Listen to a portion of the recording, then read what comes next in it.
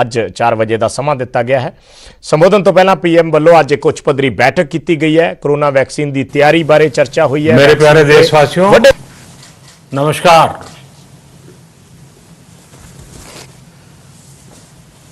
Corona वैश्विक महामारी के खिलाफ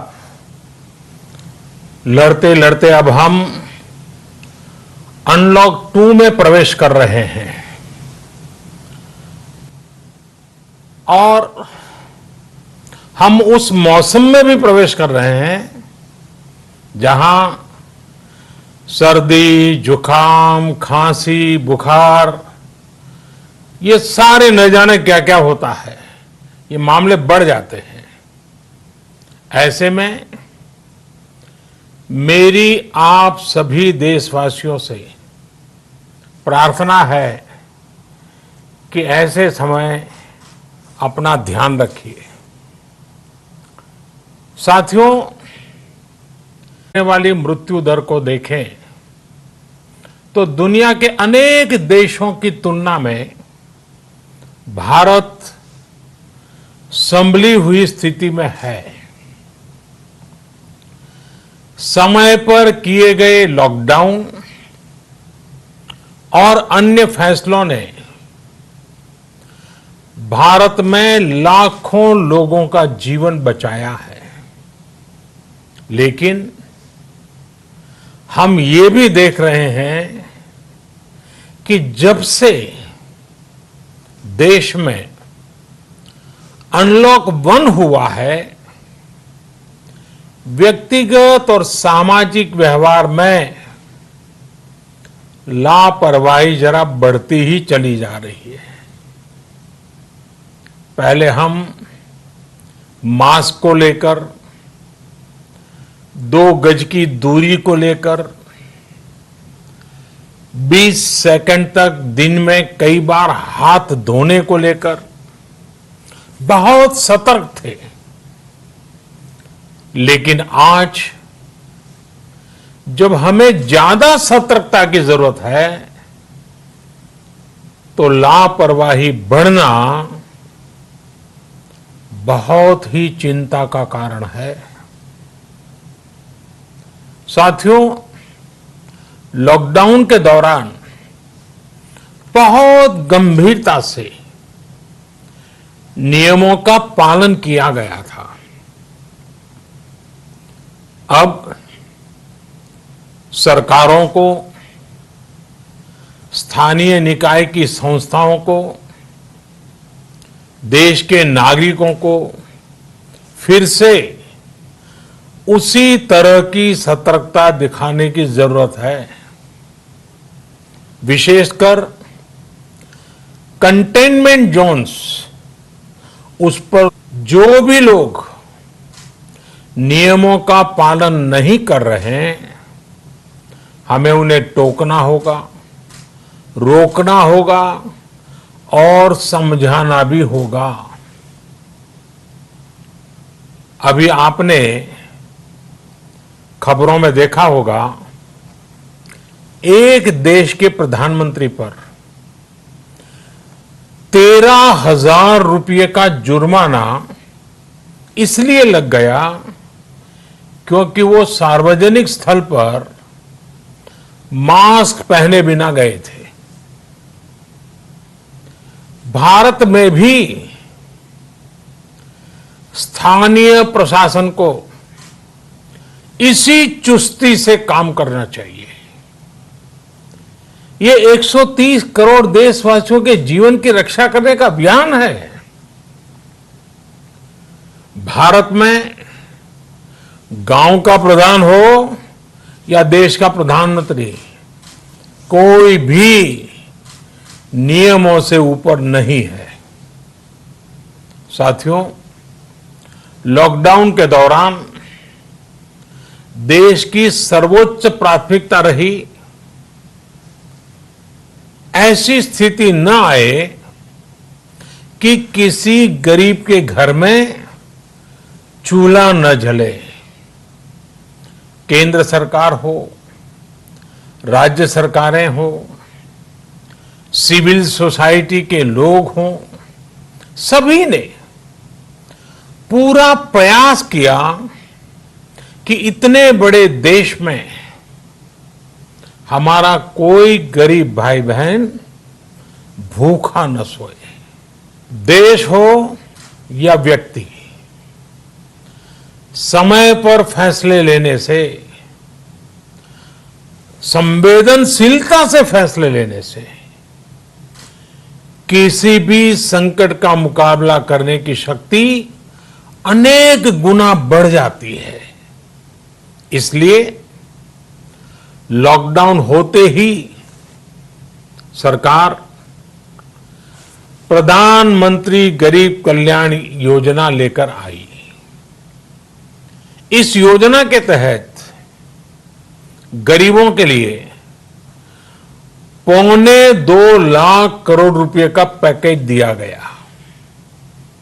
साथियों, बीते 3 महीनों में 20 करोड़ गरीब परिवारों के जनधन खातों में सीधे 31,000 करोड़ रुपया जमा करवाए गए हैं। इस दौरान 9 करोड़ से अधिक किसानों के बैंक खातों में 18,000 करोड़ रुपए जमा हुए हैं। इसके साथ ही गांवों में श्रमिकों को रोजगार देने के लिए प्रधानमंत्री गरीब कल्याण रोजगार अभियान तेज गति से आरंभ कर दिया गया है। इस पर सरकार 50,000 करोड़ रुपए खर्च कर रही है। लेकिन साथियों, एक और बड़ी बात है जिसने दुनिया को भी हैरान किया है, आश्चर्य में डुबो दिया है। वो ये कि कोरोना से लड़ते हुए भारत में 80 करोड़ से ज्यादा लोगों को 3 महीने का राशन, यानी परिवार के हर सदस्य को 5 किलो गेहूं या चावल मुफ्त दिया गया। इसके अतिरिक्त प्रति परिवार हर महीने 1 किलो दाल भी मुफ्त दी गई। यानी एक तरह से देखें तो अमेरिका की कुल जनसंख्या से 2.5 गुना अधिक लोगों को, ब्रिटेन की जनसंख्या से 12 गुना अधिक लोगों को और यूरोपियन यूनियन की आबादी से लगभग 2 गुने से ज्यादा लोगों को हमारी सरकार ने मुफ्त अनाज दिया है। साथियों, आज मैं इसी से जुड़ी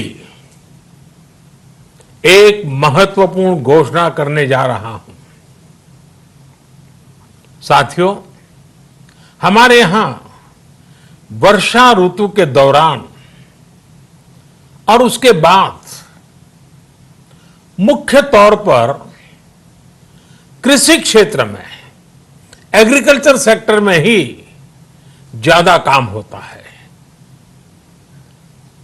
अन्य दूसरे सेक्टरों में थोड़ी सुस्ती रहती है। जुलाई से धीरे धीरे त्योहारों का भी माहौल बनने लगता है। अब आप देखिए, अभी 5 जुलाई को गुरु पूर्णिमा है, फिर सावन शुरू हो रहा है, फिर 15 अगस्त आएगी, रक्षाबंधन आएगा, कृष्ण जन्माष्टमी आएगी, गणेश चतुर्थी आएगी, ओणम होगा और आगे जाएं तो काटी बिहू है, नवरात्रि है, दुर्गा पूजा है, दशहरा है, दीपावली है, छठी मैया की पूजा है। त्योहारों का ये समय जरूरतें भी बढ़ाता है, खर्च भी बढ़ाता है। इन सभी बातों को ध्यान में रखते हुए ये फैसला लिया गया है कि प्रधानमंत्री गरीब कल्याण अन्न योजना का विस्तार अब दिवाली और छठ पूजा तक, यानी नवंबर महीने के आखिर तक कर दिया जाएगा। यानी 80 करोड़ लोगों को मुफ्त अनाज देने वाली ये योजना अब जुलाई, अगस्त, सितंबर, अक्टूबर, नवंबर में भी लागू रहेगी। सरकार द्वारा इन 5 महीनों के लिए 80 करोड़ से ज्यादा गरीब भाई बहनों को हर महीने परिवार के हर सदस्य को 5 किलो गेहूं या 5 किलो चावल मुफ्त मुहैया कराया जाएगा। और साथ ही प्रत्येक परिवार को हर महीने 1 किलो चना भी मुफ्त दिया जाएगा। साथियों, प्रधानमंत्री गरीब कल्याण अन्न योजना के इस विस्तार में 90,000 करोड़ रुपए से ज्यादा खर्च होंगे।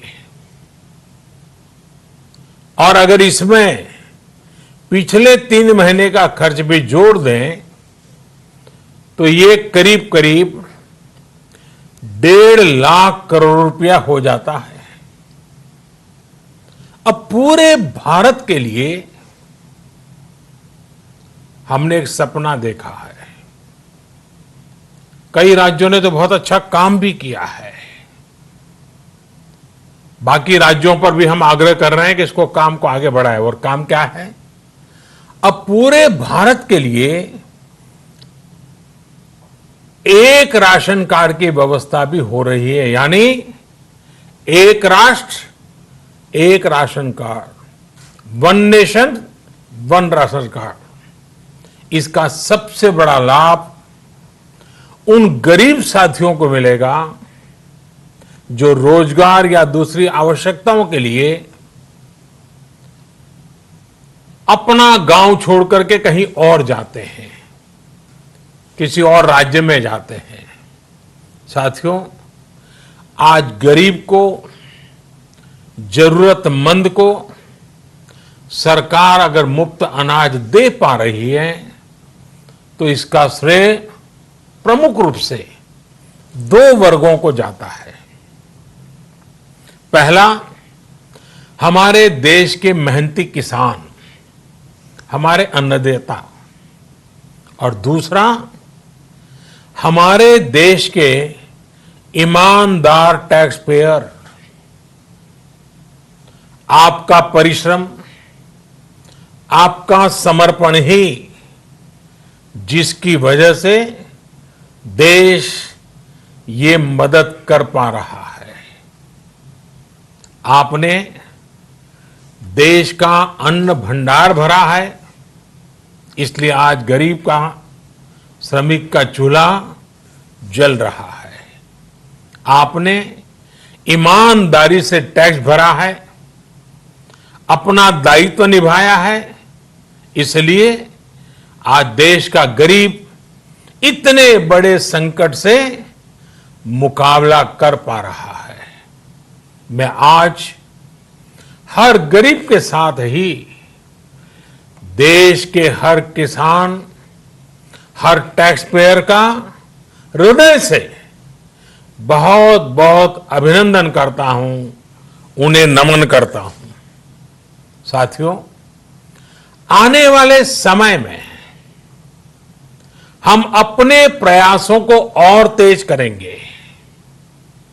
हम गरीब, पीड़ित, शोषित, वंचित हर किसी को सशक्त करने के लिए निरंतर काम करेंगे।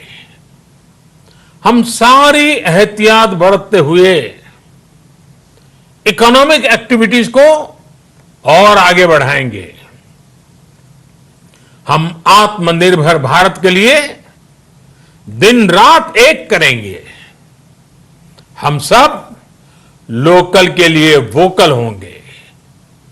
इसी संकल्प के साथ हम 130 करोड़ देशवासियों को मिलजुल करके संकल्प के साथ काम भी करना है, आगे भी बढ़ना है। फिर से एक बार मैं आप सबसे प्रार्थना करता हूं, आपके लिए भी प्रार्थना करता हूं, आपसे आग्रह भी करता हूं, आप सभी स्वस्थ रहिए, 2 गज की दूरी का पालन करते रहिए, गमछा, फेस कवर, मास्क ये हमेशा उपयोग कीजिए, कोई लापरवाही मत बरतिए। इसी आग्रह, इसी कामना के साथ मैं आप सभी को बहुत बहुत शुभकामनाएं देता हूं। धन्यवाद।